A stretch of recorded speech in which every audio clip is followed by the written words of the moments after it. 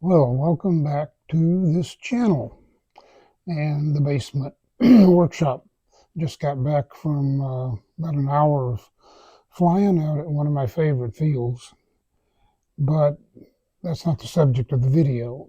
What I want to do today is wrap up all the tweaks I've made and learning I've had with this Habu 70 millimeter. Uh, if you're new to jets, ever had a chance to fly one or want to fly one, this is probably should be, I'd say very likely should be, this or something a lot like it, your first jet. The little 50 millimeter Habu SS is also a good little airplane, but in my opinion, it's just too small. It doesn't give you a good feel for what it's like to fly something this size. And it's really best uh, flown with wheels off, hand launched and landed in the grass. I had one of those and it was okay, but I wound up selling it to a guy. It just wasn't very exciting to fly. And then I tried some more advanced jets and managed to wreck a couple of them beyond repair and swore them off. Said I'd never buy another jet. But after talking to some people and watching a few videos, I decided to give this one a try.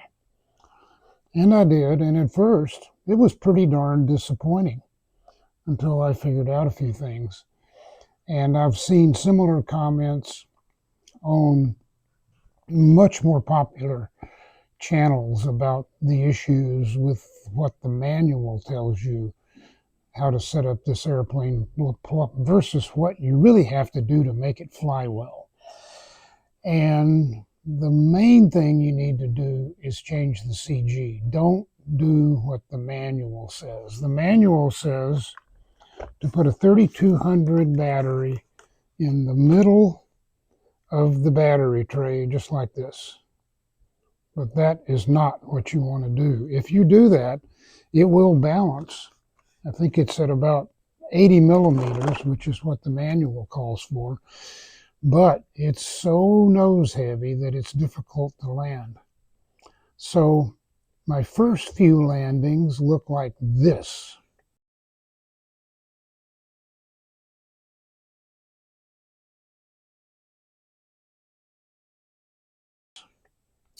And you can see that's not much fun.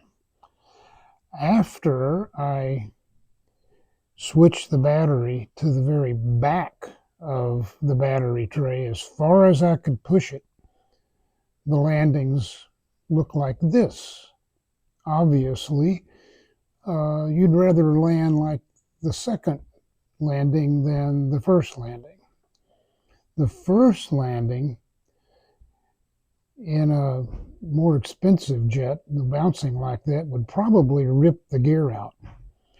But this Habu has some incredibly sturdy gear. They're not retracts, they're fixed gear, and that has an advantage. Is you don't have all that servo mechanism with its complexity and fragility to deal with. It's probably the biggest single reason you want to start with a small jet like this. It also flies well at low air speeds. It's not a super fast airplane, but it does pick up some speed. It'll give you the feeling for what it's like to fly a jet when you don't have that prop blast over the tail. That makes a big difference in handling. When you've got the propeller up here sending air back to this vertical and horizontal stabilizer, the rudder, and the elevators, it makes an amazing difference between controllability when the engine's running and versus a jet versus a prop plane. Excuse my voice, it's allergy season here. The other thing that I did, I'll show you here in just a second, I added some weight in the tail. So let me go get the camera and show you the correct battery position, the weight I added to the tail, how I did that, very simple. And another little minor tweak or two. So I'll be back with you here as soon as I can go get the camera and cut this off, and I'll edit in or splice in those tweaks. Couple of changes here. One, this 3200 6S recommended position is right here, about half to 3/4 of an inch away from the front. Before you put the battery in, one of the things you're going to want to do is trim up these straps. They are way too long. They lap way over each other, and I've never been a fan of that cutout on the end of this one where you try to loop it through. This way you can just put them like that, like so, and it's strapped in. Then your battery lead goes back here, it's down on top, nice and slick. But this balances the airplane at the factory setting, but it's nose heavy. So what I did was slide this back to about here,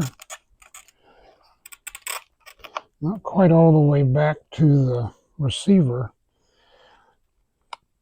and just use this one strap to hold it in. And it's a little loose, but maybe at some point I'll put another strap in here, but that's going to be difficult. This makes it balance at about 90 millimeters, about 10 millimeters back further than the factory suggests. And I also took the tail off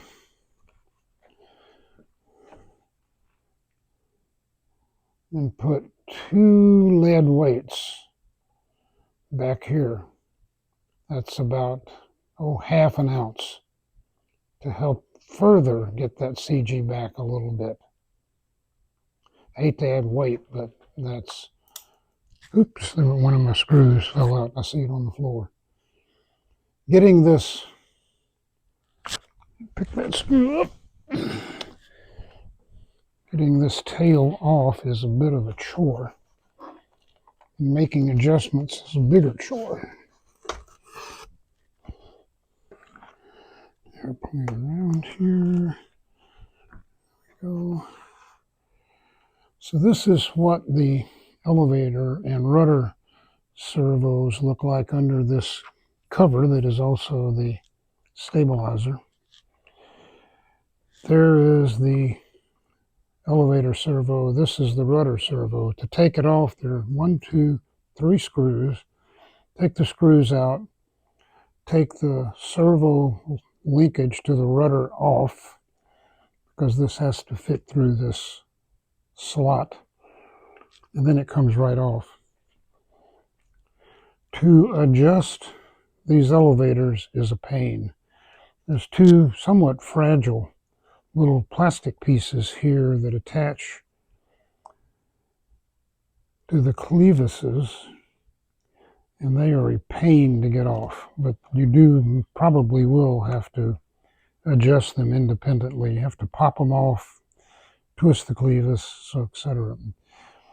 I am not happy with the amount of elevator authority I have, so I am going to move this all the way to the outside.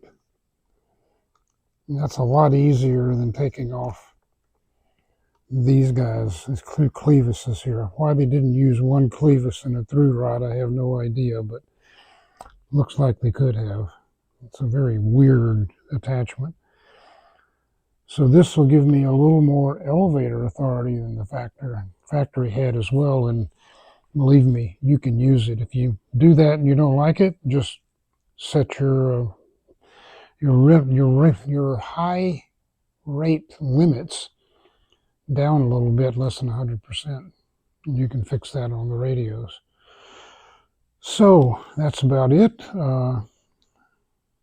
Hope you enjoyed this, and hope you enjoy the rest of the summer. For here, it's not going to last much longer, about 6 more weeks, and we'll be getting into November, and